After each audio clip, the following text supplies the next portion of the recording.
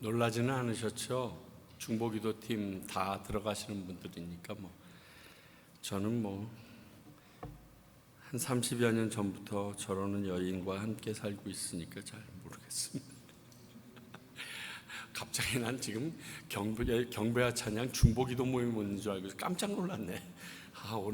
오래간만에 옛 생각이 막 지나가면서 회개 많이 했네요. 그거 아니어도 오늘 말씀이 참 회개를 많이 하게 하는 말씀입니다. 여러분 진짜 오늘 말씀에 밑줄을 꼭 그어놓고요, 여러분 그렇게 신앙생활 하면 됩니다. 정말 어려움 없으실 겁니다. 우리 히브리서 12장 5절부터 13절까지입니다. 히브리서 12장 5절부터 13절입니다.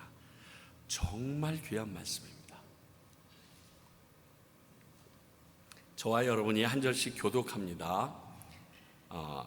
여러분 이렇게 읽을 때 오늘은 아들이라는 단어랑 징계라는 단어에 한번 이렇게 동그라미 하면서 한번 해보십시오.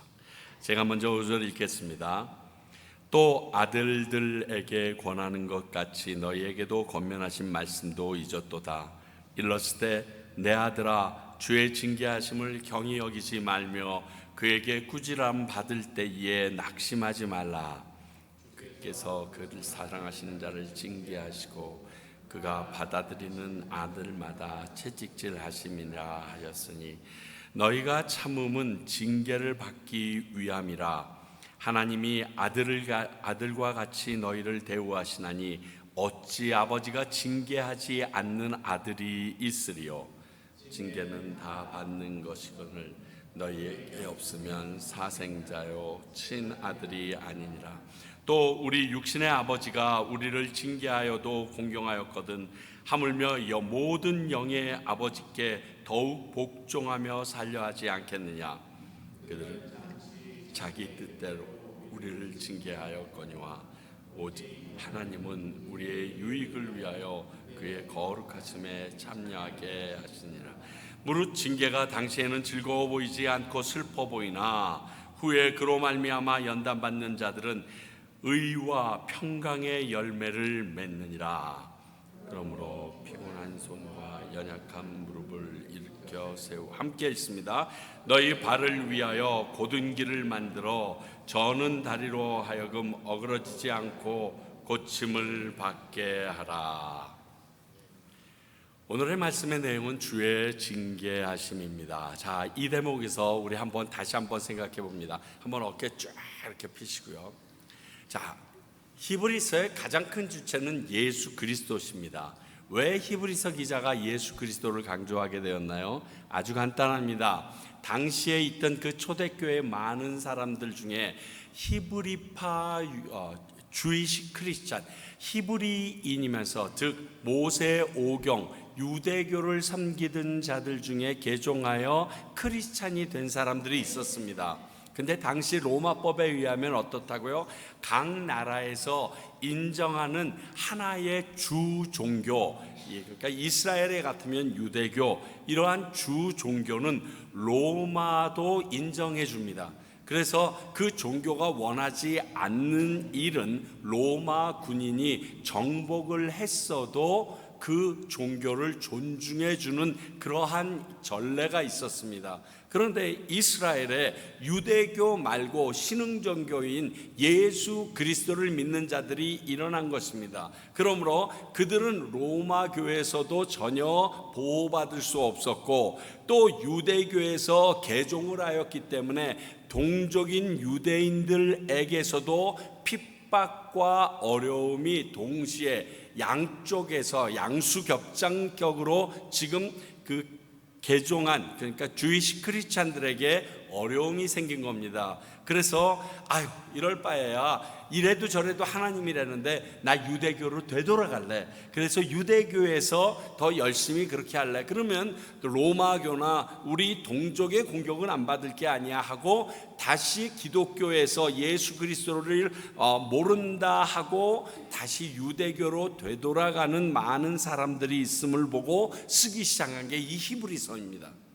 그렇기 때문에 그 관점에서 오늘 말씀을 보면 너희들이 지금 당하는 어려움 자체가 이것은 고난이라고 생각하지만 그 고난이라는 이름을 명명하여 하나님의 징계라는 내용으로 표현한 것이 오늘 내용입니다. 물론 그 징계도 고난의 모습으로 옵니다. 고난의 모습이 아닌 모습으로 오는 경우는 거의 없습니다. 그러나 그것도 하나님께서 너희에게 주신 것이지 네가 예수님을 믿었기 때문에 생긴 게 아니다. 어쩌면 그게 맞는 말이지만 그러나 그럼에도 불구하고 이 징계는 너희들에게 또 다른 유익이 있다. 이 얘기로 그들의 마음에 큰 위로와 격려와 힘을 주게 하기 위해서 내주어진 내용입니다. 이 문제는요, 지금 기독교인으로서 삶을 살아가는 우리들에게도 너무나 중요한 내용입니다. 예수님을 믿기 때문에 받게 되는 고난과 환난도 있기도 하지만 그 고난과 환난이 밀려오기 전에 지레 겁먹고 우리가 지금 바꾸어서 움직이는 것들도 있거든요. 그로 인하여 생기는 그 징계와 여러 가지 부분에 대하여 우리가 어떠한 관점으로 나아가야 믿는 자로서의 삶이 평안할 수 있겠는가, 그 부분에 대해서 오늘 얘기합니다. 자, 먼저 6절을 통해서 징계란 무엇인가를 얘기해 줍니다. 근데 징계라는 단어를 헬라어로 찾아보니까 파이데우오라는 단어로 되어 있어요. 훈련, 훈계, 교육의 뜻이 있는데요, 규율, 의무 등을 위반했을 때 꾸짖음, 교정, 징벌과 같은 수단을 통해서 교훈하시고 교육하시는 것을 의미한다. 잘못된 형태를 교정하는 것이 주 목적이다. 이렇게 되어 있습니다. 그러니까 징계를 한다는 것은 그가 무엇인가 바른 길을 가지 못하고 있었을 때 바른 길로 교정시키기 위하여 하는 것이 징계입니다. 너가 이걸 잘못했으니까 벌 받아라 이렇게 해서 하는 것이 아니라 그 벌은 징벌과 징계는 다릅니다. 이렇게 해서 너가 다시 원래로 돌아오게 되는 것을 바라는 것입니다. 그런데 6절 말씀은 그 첫 번째는 뭐를 얘기하고 있습니다? 하나님의 증거다. 주께서 그 사랑하시는 자를 징계하시고, 하나님이 사랑하시고 계시다는 증거라는 거예요. 이 징계가 하나님이 우리를 사랑하시고 계시는 증거인데, 역으로 말하자면, 뒤집어서 말하면요, 8절에도 말하고 있지만 우리가 징계를 받지 않는다면, 우리가 예수를 열심히 믿는데도 환난이나 어려움이 우리에게 닥쳐오지 않는다면 하나님의 사랑을 받지 못하는 사람일 수도 있다라는 그런 내용을 전해줍니다. 그러니까 예수를 열심히 믿으면 내게 징계도 없고 고난도 없고 환난도 없고 그냥 고속도로 쫙쫙쫙 아니라는 거예요. 하나님께서는 사랑하시는 자에게 징계를 주실 수밖에 없다는 거예요. 그 징계의 근원이 뭔지 아세요? 죄에서 절대로 자유할 수 없는 우리 인간들이에요. 그렇잖아요. 우리 인간들이 죄 안 짓고 살 수 있나요? 교회 나옵니다. 예수님 열심히 믿습니다. 성경 읽습니다. 목사합니다. 선교사님 합니다. 교회에서 중직자가 됩니다. 그래도 죄 져요. 그렇기 때문에 그 죄에 따라서 하나님께서 그 길이 아닌 하나님의 길로 되돌리기 위해서는 징계가 필수이기 때문에 징계가 없으면 무관심인 거죠. 로마서 1장 말씀을 저는 잘 모르는데 이 부분이 로마서 1장 말씀에 제일 강하게 다가오는 부분입니다. 하나님께서 그 사랑하는 자들에게 징계를 계속 내리는데 모른 척합니다. 그리고 내가 좋은 대로 계속해서 나아갑니다. 그 죄 가운데서 허부적거리면서도 그게 좋다라고 살고 있습니다. 그런 자들에게 어떻게 로마서 1장은 얘기했냐면요, 하나님께서 그들을 마음의 정욕대로 더러움에 내버려뒀다, 부끄러운 욕심에 내버려뒀다, 이렇게 썼습니다.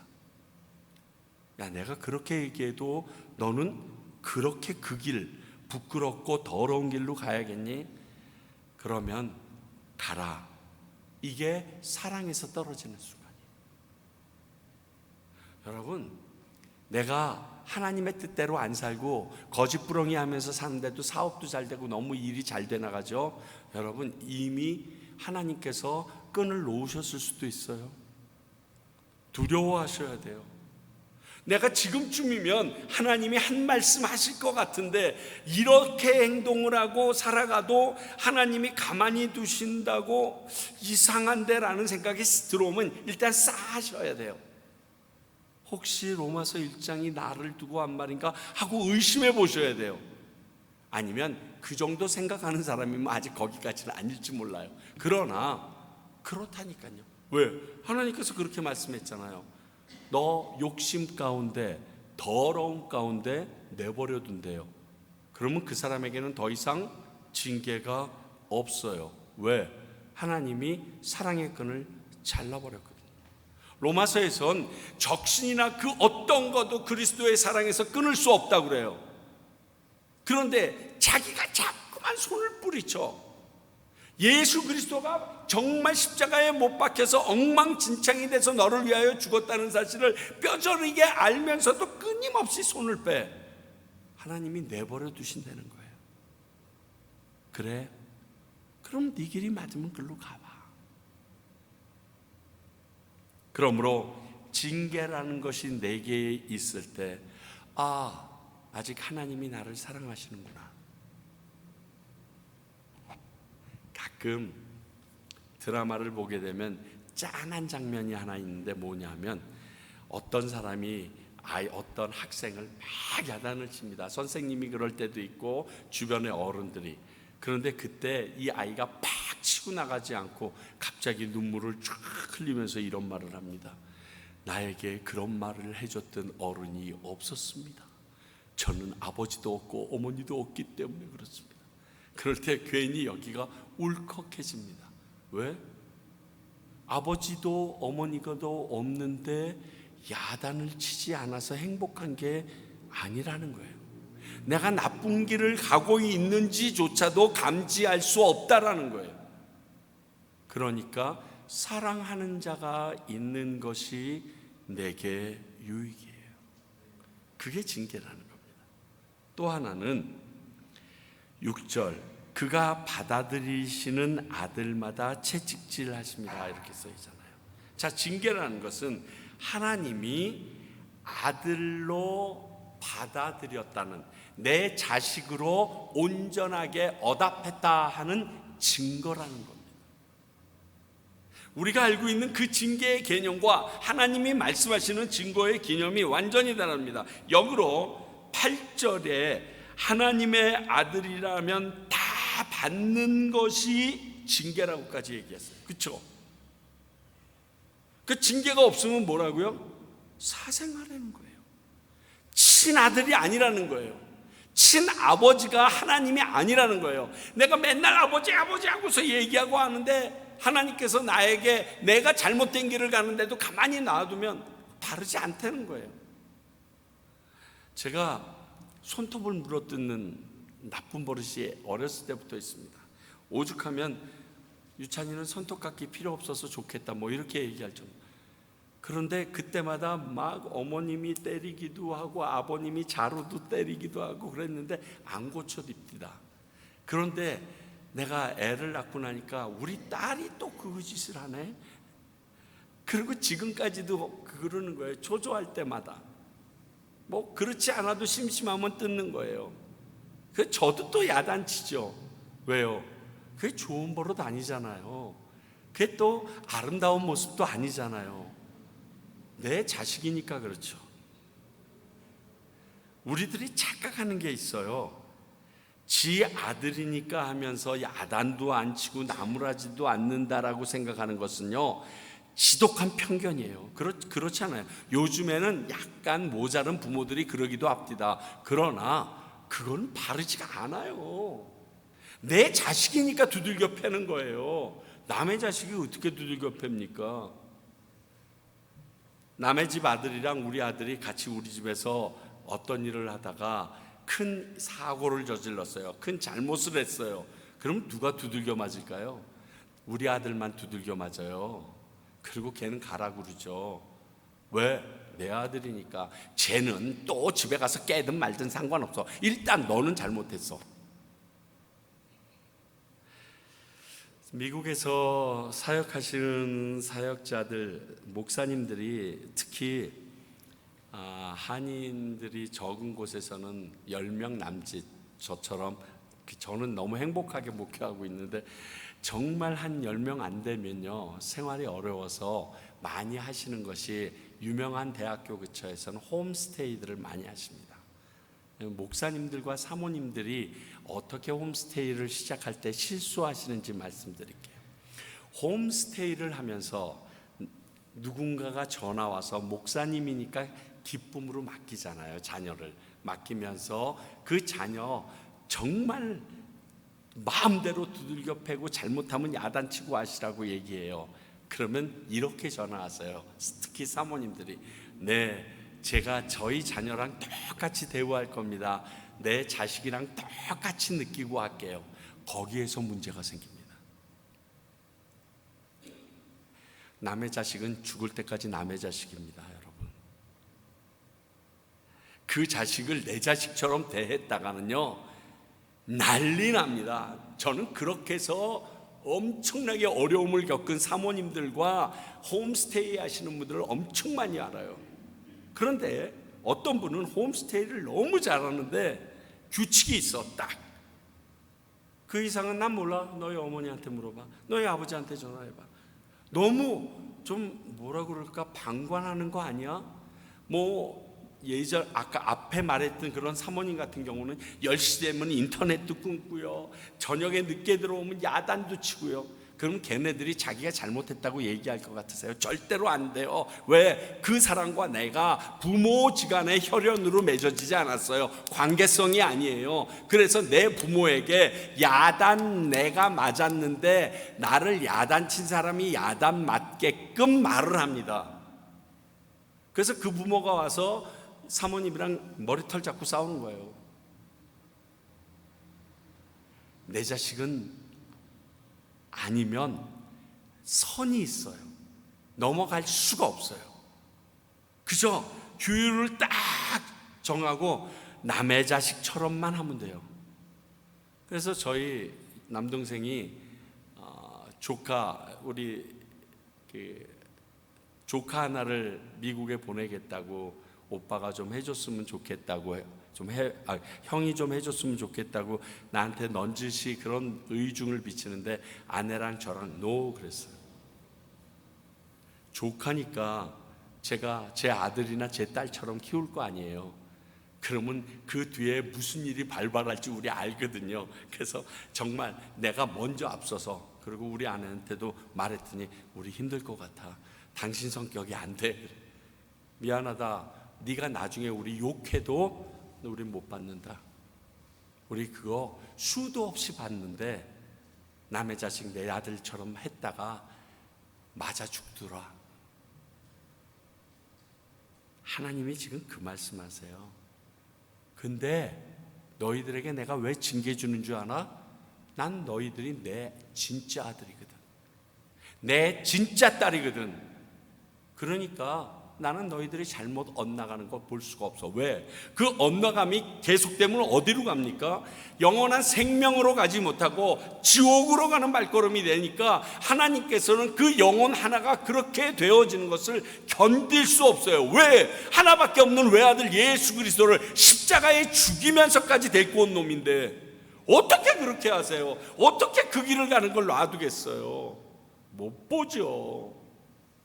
내가 가르쳤던 성악한 은혜 하나가 무대 위에서 노래하다가 삑사리 한 번만 나도요 미치겠어요. 가슴이 찢어지는데 하나님의 거룩한 아들의 피로 구원받은 자녀가 다시금 험난한 길로 가는데 어떻게 놔두냐고요. 지금 그걸 히브리서 기자가 얘기하는 거예요. 너희들이 하나님 앞에 구원받은 참된 사람이 되고자 제 길로 돌아섰는데 다시 옛 길로 간다고 하면 하나님께서 왜 징계하지 않겠느냐. 너희들이 진짜 하나님의 참 아들인데 참 딸인데, 지금 그 얘기하시는 거예요.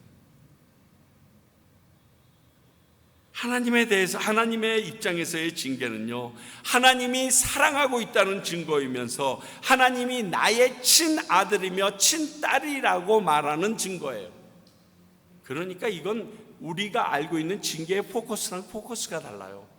그리고 크기가 달라요.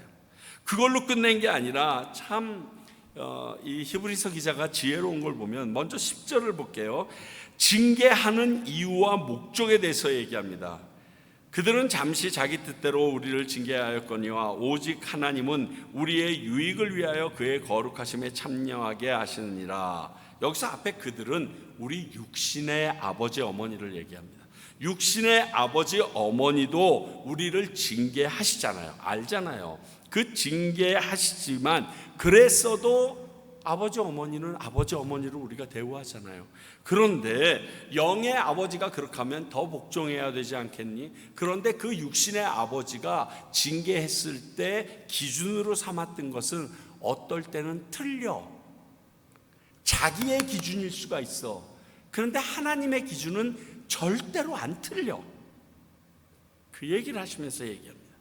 징계의 이유와 목적입니다. 하나님이 우리에게 징계하시는 이유를 알면 우리가 그 징계나 어려운 가운데서도 견디고 이길 힘이 생기기 때문에 이 부분을 히브리서 기자는 툭 밀어넣습니다.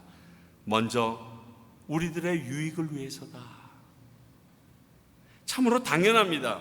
특히 우리 인간의 부모에게 징계에도 순응하는 것처럼 해야 한다며 그들은 간혹 자기의 소견에 옳은 대로 징계하는 실수도 하지만 하나님은 절대 실수하지 않는다는 거죠. 왜냐하면 하나님은 창조주세요. 뿐만이 아니라 전지전능, 모든 것을 알고 계시고 모든 것을 하실 수 있어요. 그리고 무소부재, 어느 곳에서나 계실 수 있어요. 그래서 과거, 현재, 미래의 나의 모습 다 알고 계세요. 지금 이 모습을, 이 부분을 열심히 해야 앞으로의 미래의 길이 하나님이 원하는, 그리고 영원한 생명이 있는 길에 있을지 없을지를 아세요.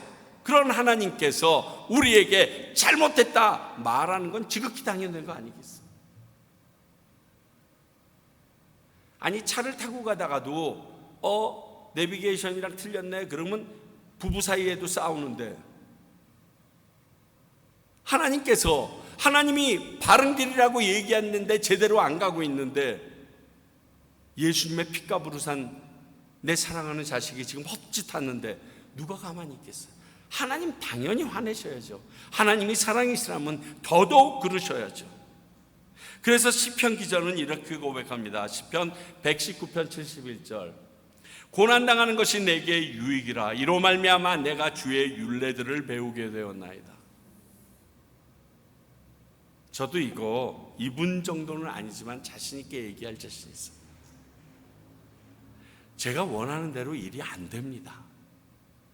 내 성질 같았으면 자 집어쳐 이루고 싶은 일도 많고 그랬던 적도 되게 많습니다. 그런데 그걸로 인해서 제가 어려움을 당합니다. 그래서 배웁니다. 그리고 깨닫습니다. 그리고 회개합니다. 그리고 비슷한 일이 또 생길 때 일단 입부터 꽉 물어 잠그고 기다려봅니다. 이게 한 30년 동안 똑같은 실수 계속하니까 알게 됩니다. 인간이 참 무지해요.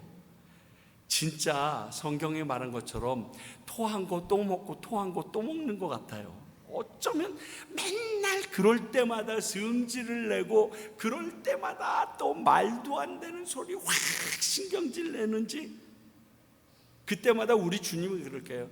또 네 일 하는구나. 또 네가 하고 싶은 대로 하는구나. 내 거 하자니까 왜 네 일에 왜 최유찬 교를 만들지? 그러시는 것 같아요. 여러분, 고난당하는 게 내게 유익이라는 말을 믿으셔야 합니다.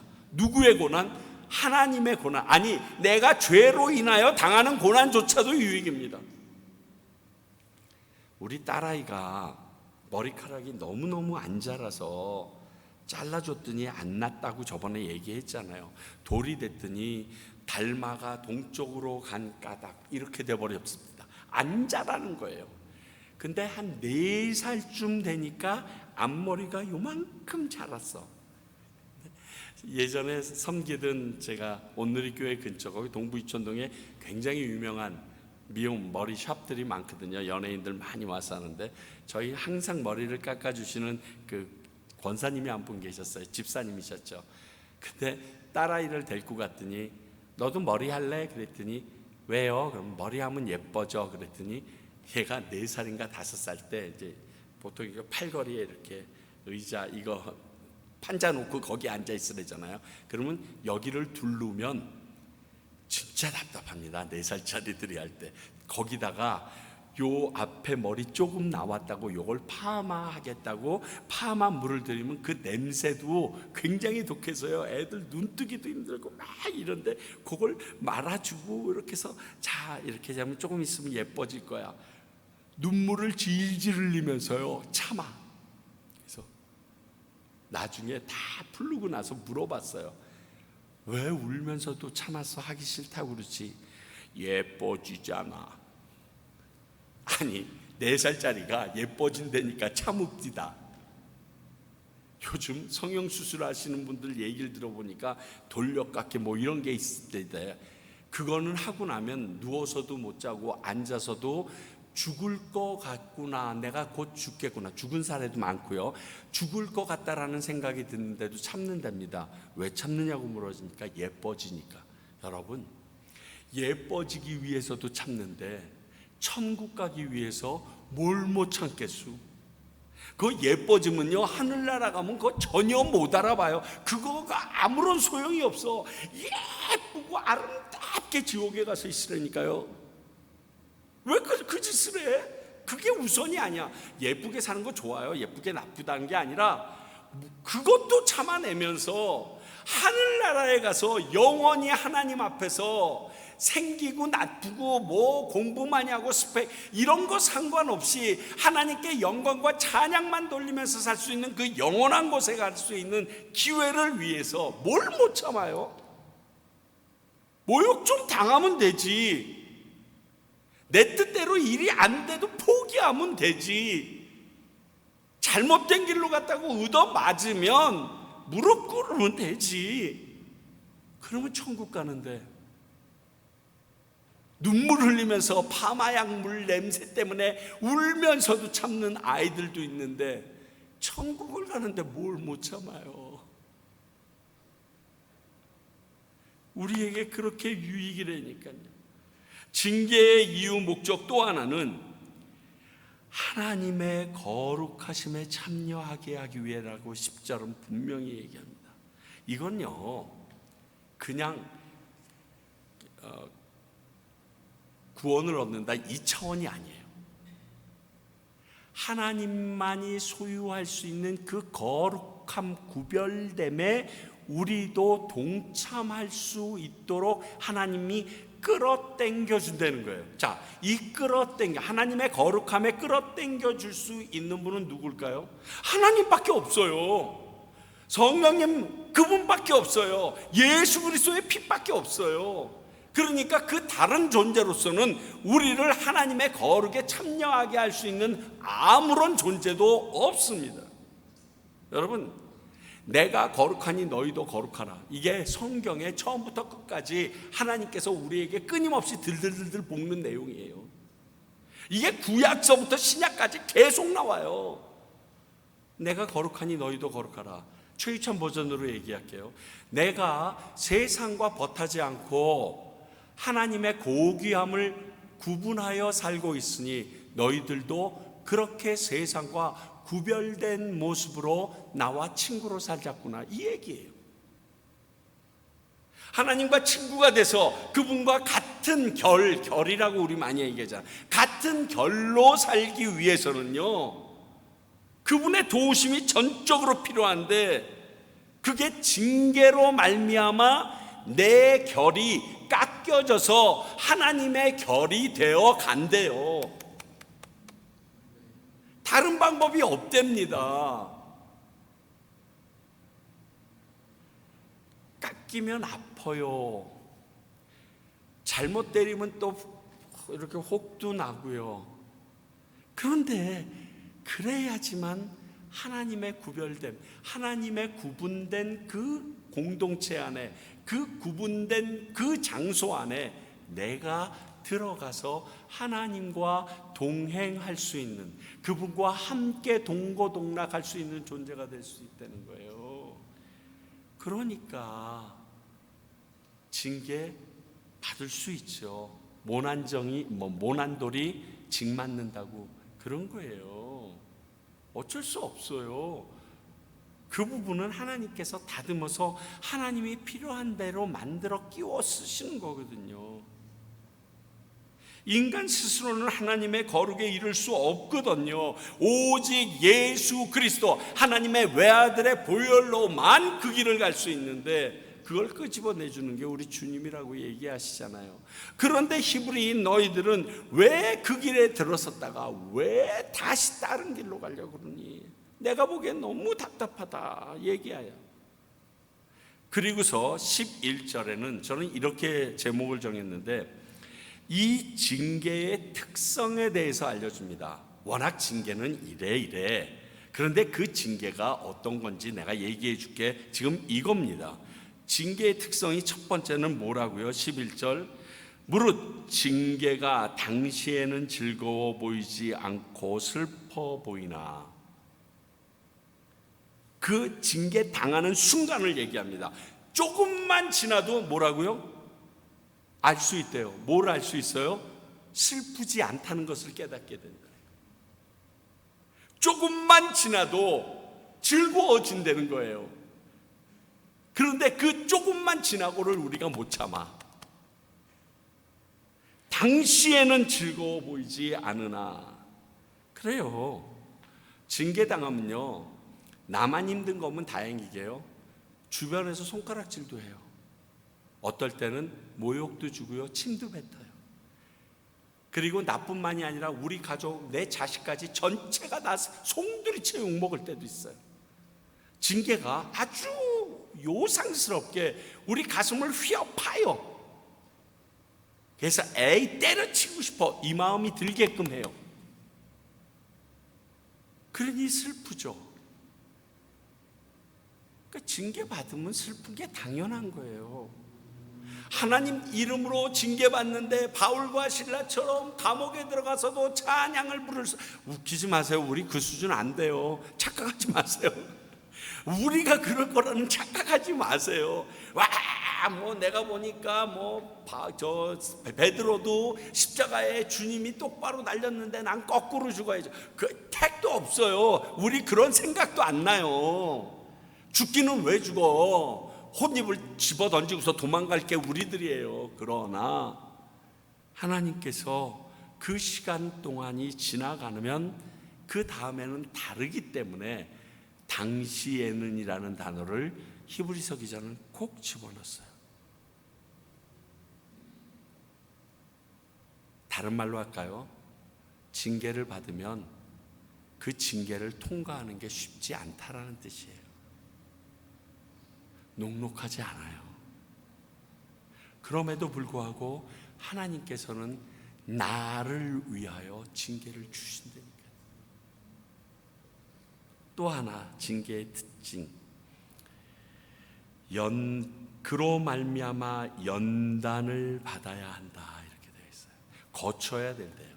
여러분, 이 연단이라는 단어에는 시간이 포함되어집니다.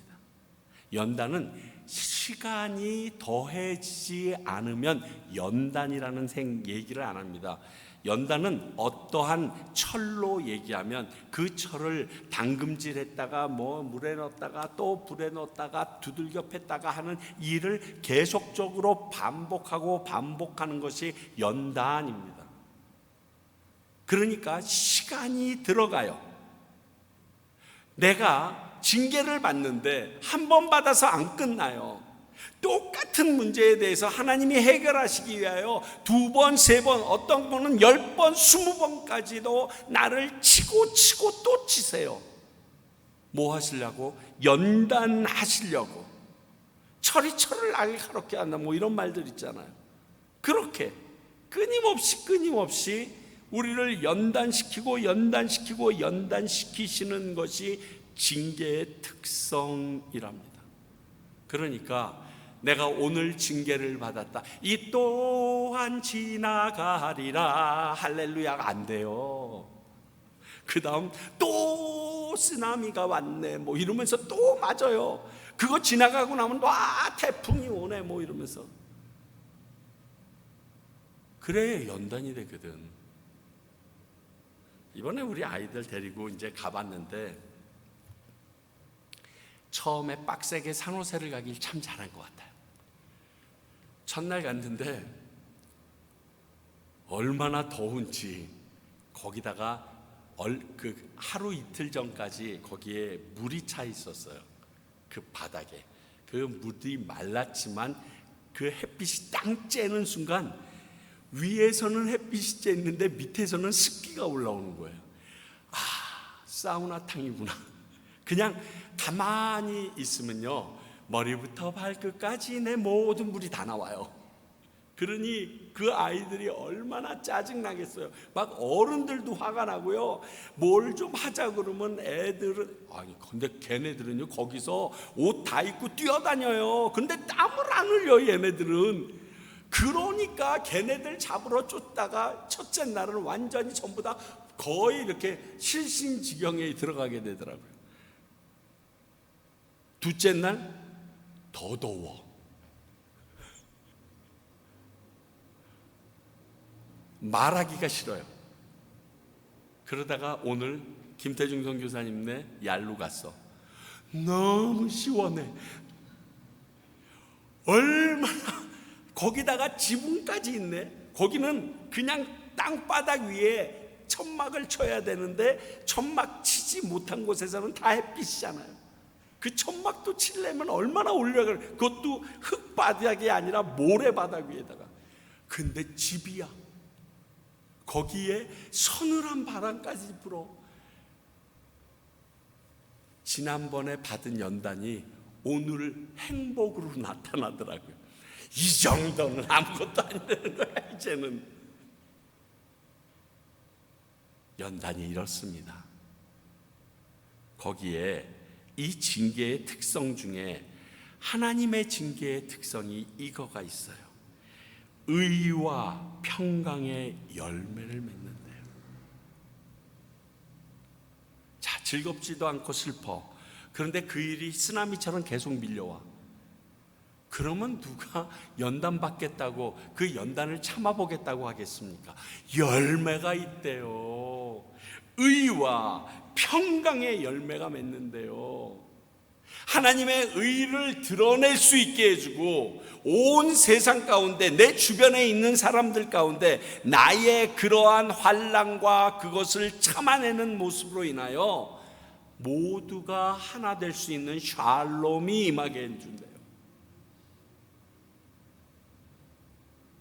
그러니까 이렇게 생각하시면 돼요. 내 주변에 아직도 사람이 많다는 것은 내 주머니에 돈이 많아서 그럴 수도 있고 기마이를 잘 써서 그럴 수도 있지만, 내가 평강의 열매를 맺을 수 있는 이러한 연단과 고난의 시간을 보내는 것을 봤던 사람이 옆에 오는 거예요. 그러니까 시간이 지나면 난 뭐 친구 필요 없어요. 난 이 길이면 돼요. 하나님 한 분이면 돼요. 그게 아무리 그 사람이 그렇게 하려고 해도 그 사람이 이렇게 하나님의 연단, 하나님의 징계와 연단 속에 거듭나는 것을 보면 주변에 평강으로 인하여 사람들이 모이게 되어 있어요.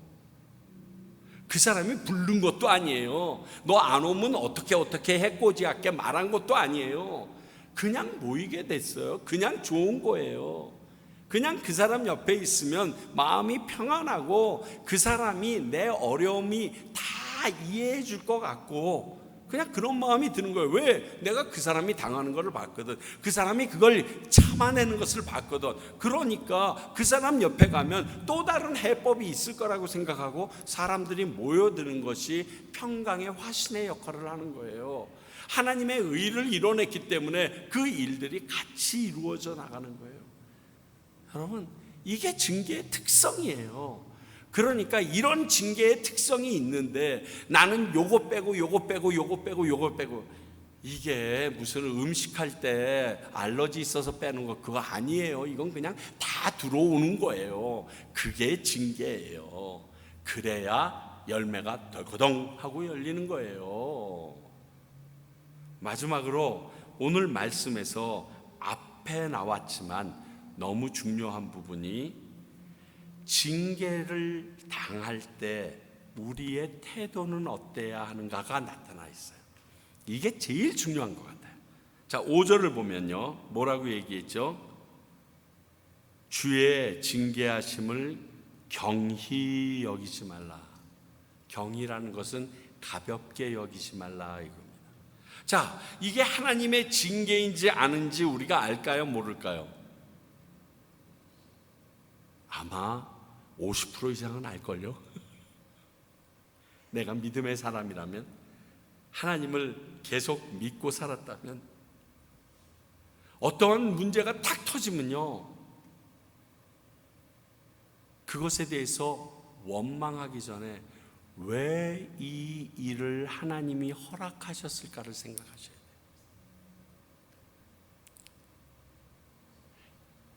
이게 됩디다. 처음에는 원망이 먼저 터져 나오는데요, 어떤 일이 탁 터졌어요. 근데 있어서는 안 되는 일이고 그렇게 허락하실 것 같지도 않은 일이 갑자기 하나님의 일을 하는 목사 앞에, 우리 아름다운 사역 앞에, 우리 선교 사역 앞에 뭐 이럴 때 터져요. 그러면 왜 허락하셨지? 하나님이 이렇게 일이 되어지는 걸 왜 놔두셨지? 여기에 첫째 초점이 있어야 돼요. 이게 가볍게 여기지 않는 거예요. 에이, 재수없어. 이거는 가볍게 여기는 거예요. 그거 아니에요. 모든 일에 하나님의 주권 없이 이루어지는 일이 없다고 하셨는데, 왜 하나님께서 내가 어렵고 힘든데도 이 일을 허락하셨지? 내가 이거 정말 기분 나빠하는데, 화가 나는데 왜 이거를 허락하셨지?서부터 시작을 해야 돼요. 그러면요, 대부분 문제는 누구에게 있을까요? 나한테 있어요. 나한테. 내가 문제예요. 내가 문제가 있으니까 하나님께서 거기에 징계라는 걸로 브레이크를 팍 걸었죠. 내가 제대로 하고 있으면 그것 때문에 징계도 안 나가요. 어떤 때는 일이 너무 잘 되어 나가는데 브레이크가 딱 걸릴 때가 있어요. 왜 지금 이건 해내야지 하나님의 일이 잘 이루어지는, 아니라는 거예요. 계속 나가보면 네 의만 드러나고 네 목소리만 커지고 네 사역이지 내 사역이 아니라는 거예요. 나중에 너 이 일로 인하여 넘어져, 이놈의 자식아. 그래서 올 때가 있더라니까요. 그러니까 징계가 딱 오면 왜 하나님이 나에게 이걸 어떻게 허락하셨지? 두 번째, 그러면 이걸 어떻게 풀어야지? 이것을 꼭 기억하셔야 돼요. 이거 안 하면요, 거의 비슷한 사례로 다음번에 또 옵니다. 왜? 징계는 뭐라고요? 연단이에요. 또 와요, 또 와. 언제까지? 내가 그 부분을 하나님의 뜻대로 해결할 능력이, 내성이 생길 때까지 계속 옵니다. 어떤 분은요, 예수 믿은 지 50년 되는데 50년 내내 그거 똑같은 일 때문에 힘들어 하세요. 그럴 수 있어요. 왜? 하나님이 아직도 사랑하는데 뭐. 그래서 그거 고치시길 원하는데 뭐. 너는 나를 믿지, 예수 그리스도로 말미암아 새롭게 피조물이 돼서 천국 간다고 하지. 근데 네 모습을 보면 네 주위에 있는 사람들은 천국 못 가게 생겼거든. 그러니까 내가 바꿔줘야 돼. 그러고서 연단하시는 거예요. 그래서 그 일 당할 때마다 기쁘지가 않아요. 하나님 또 이루셔야 되겠습니까? 지금 몇 번째입니까? 아니, 몇 번째 이루셨으면 좀 정신 좀 차려야지. 몇 번째냐고 하나님 앞에 항의를 해. 왜? 경히 여기지 말아야 돼요. 이건 하나님께서 뭔가 말씀하시는 것 같은데 라는 느낌이 들면 그때 정신 똑바로 우리 차립시다. 우리 교회에다가도 얘기하실 수 있어요. 중보기도 하다가 갑자기 모든 사람이 다 똑같은 마음으로 어떤 기도 제목을 냈다. 그건 교회에다가 얘기하는 거예요. 목사가 똑같은 주제를 가지고 다 다른 본문인데 계속 얘기했다. 하나님께서 우리 교회 목회자에게 얘기하시는 것일 수 있어요. 징계에 대하는 태도 두 번째 보면 5절과 12절에 다 나와 있는데요. 그에게 꾸지람 받을 때 낙심하지 말라. 12절 그러므로 피곤한 손과 연약한 무릎을 일으켜 세워라.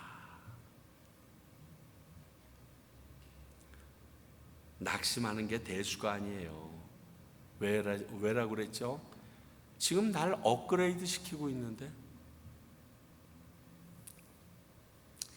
사람이 바빠 죽겠는데 컴퓨터를 딱 켰습니다. 그런데 앞에 이런 자막이 뜹니다.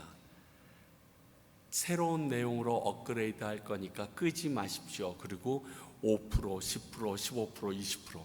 지금 바빠 죽겠는데 그 앞에서 그 퍼센테이지가 올라가는데 뒤로 가면 갈수록 점점점 늦게 올라가요. 얼마나 답답하고 미치겠는지. 딴 컴퓨터 킬 걸. 이런 생각이 막. 그러지 말라는 거예요. 그 업그레이드 된 컴퓨터를 가지고 내가 무엇을 준비해야 다른 바이러스를 이길 힘이 생기거든요. 신종 바이러스가 나온 거야. 지금 내가 가지고 있는 이 9버전으로는 그 바이러스를 이길 수 없기 때문에 업그레이드 시켜주고 있는 거예요. 우리가 하나님의 말씀으로 지금 내가 가지고 있는 이 능력과 바닥이 나서 찰싹거리는 이 신앙과 영역을 가지고서는 하나님의 말씀대로 살 수 없게 된 거예요. 그래서 하나님께서는 우리에게 징계라는 수단을 통하여서 업그레이드 시키고 계신데 그때 팡 하고 터져버리면 쪽박 나는 거죠. 고린도후서 2장 10절 그러므로 내가 그리스도를 위하여 약한 것들과 능력과 궁핍과 박해와 곤고를 기뻐하노니 이는 내가 약한 그때의 강함이니라. 이거예요. 이거 사도 바울의 고백 아닙니까? 아마 사도 바울이 고린도 전후서를 통해서 우리에게 얘기해 줬던 그의 고난을 들어보면 이 고백이 없으면 그 고난 못 이겼을걸요? 어떻게 이겨내겠어요? 이 마음이 있으니까 이겨낸 거예요. 히브리서 기자는 그것을 얘기합니다.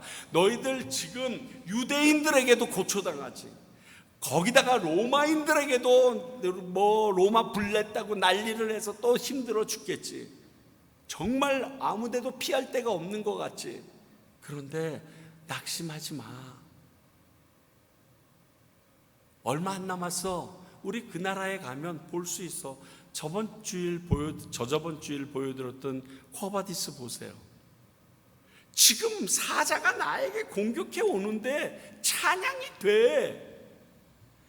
그 내 사랑하는 엄마 아버지 그리고 새 사랑하는 자식이 조금 전에 사자에 물어뜯긴 것을 보면서 그 시신, 그 동강난 얼굴을 향하여 걸어 나오는 엄마 아빠가 찬양 부르면서 오잖아요. 미쳐서 그럴까요? 미쳤지. 예수님한테. 이게 알기 때문에 낙심하지 않는 거예요.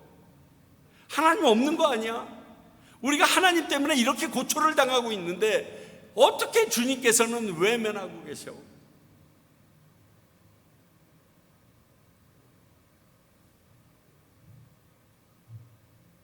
또 예수님이 와서 십자가에 못 박히셔야 되나요?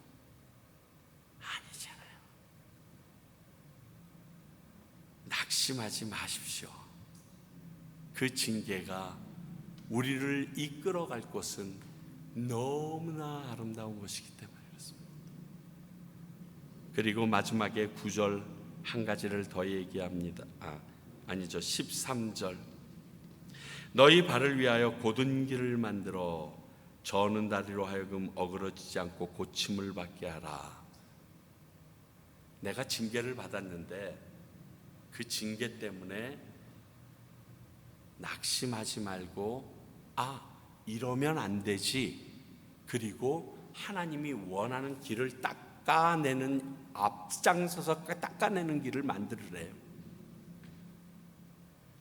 더 복종하라고 얘기합니다. 곧은 길을 만들어낼 정도로 더 복종하라고 합니다. 자, 9절. 하물며 모든 영의 아버지께 더욱 복종하며 살려 하지 않겠느냐. 인간의 아버지가 우리에게 얘기했어도 그렇거든, 영의 아버지가 얘기했으면 복종하는 게 당연하지. 왜? 그분은 틀린 자기의 욕심대로, 자기의 방법대로 우리에게 훈계하지 않으니까, 징계하지 않으니까. 징계가 올수록 더 단단해지라고 얘기합니다. 더 그 징계를 맞닥뜨려서 쌓아 나아가라고 얘기합니다. 쉬운 일은 절대로 아닙니다. 그래서 오늘 이 말씀이 지금을 사는 우리에게도 너무 중요하다라고 얘기 드린 것이, 우리에게도 지금 시대에도 이 징계가 똑같은 역할로 우리에게 초대교회처럼 역사하고 있기 때문에 그렇습니다. 그리고 우리의 태도가 중요하다라고 말씀드린 이유가, 가볍게 여기지 말고 낙심하지 말고 더욱더 매진하기를 원하지. 그렇지 않으면 이 징계를 하나님이 원하시는 방향으로 끌어당길 수가 없는 거예요. 오늘 말씀이 굉장히 중요한 도전을 합니다. 아니, 히브리서를 쓴 히브리 기자의 하고 싶은 핵심이 이 말이에요. 지금 우리에게도 동일하지 않겠습니까? 사랑하는 유찬아, 사랑하는 평강교회 성도들아, 너희들이 어려움이 있을 수 있다. 그러나 참아라. 그리고 그때 깨어 있어라. 더욱더 열심을 내라. 그러면 그것이 너희에게 주는 의와 평강의 열매를 보게 되리라. 꼭 그것을 누릴 수 있는 저와 여러분들이 되길 바랍니다. 기도하겠습니다. 하나님 아버지, 모든 일을 이루시고 그리고 하나님이 원하시는 그 꿈을 우리에게 펼치심에 감사드립니다. 그러나 그 방법이 저희들이 슬퍼 보이고 기뻐 보이지 않는 방법일 수도 있음을 배웠습니다. 아버지요, 그것에 대해서 저희들이 깨어있게 하시고 이것이 하나님의 거룩한 손길이라는 사실조차도 저희들이 가볍게 여기지 않게 하여 주시옵소서. 그리하여 이 땅을 살아나가면서 하나님이 원하시는 충만한 열매 가득 안고 주 앞에 나가는 저희들 되게 하시고, 이 평강교회가 그 하나님의 일을 감당해낼 수 있게 하여 주시옵소서. 지금은 우리 주 예수 그리스도의 크신 은혜와 하나님 아버지의 말할 수 없는 사랑과 성령님의 그 모든 것이 믿어지게 하고 또 이 말씀대로 살아갈 수 있는 능력 주심이 오늘 하나님의 아들과 딸이기에 내게 주어지는 징계에 대하여 바른 마음을 가지고 살아가길 원하는 주님의 귀한 백성과 그 하나님의 징계에 대하여 새로운 각오와 새로운 각도를 가지고 나아가기 원하는 평강교회와 또 그 어려움을 겪어봤기 때문에 그 위에 달콤함을 아시는 선교사님들이 그들에게 복음을 전하시고 계시는 수많은 선교사님들을 위해 이제로부터 영원히 함께 하시기를 간절히 축원하옵나이다. 아멘.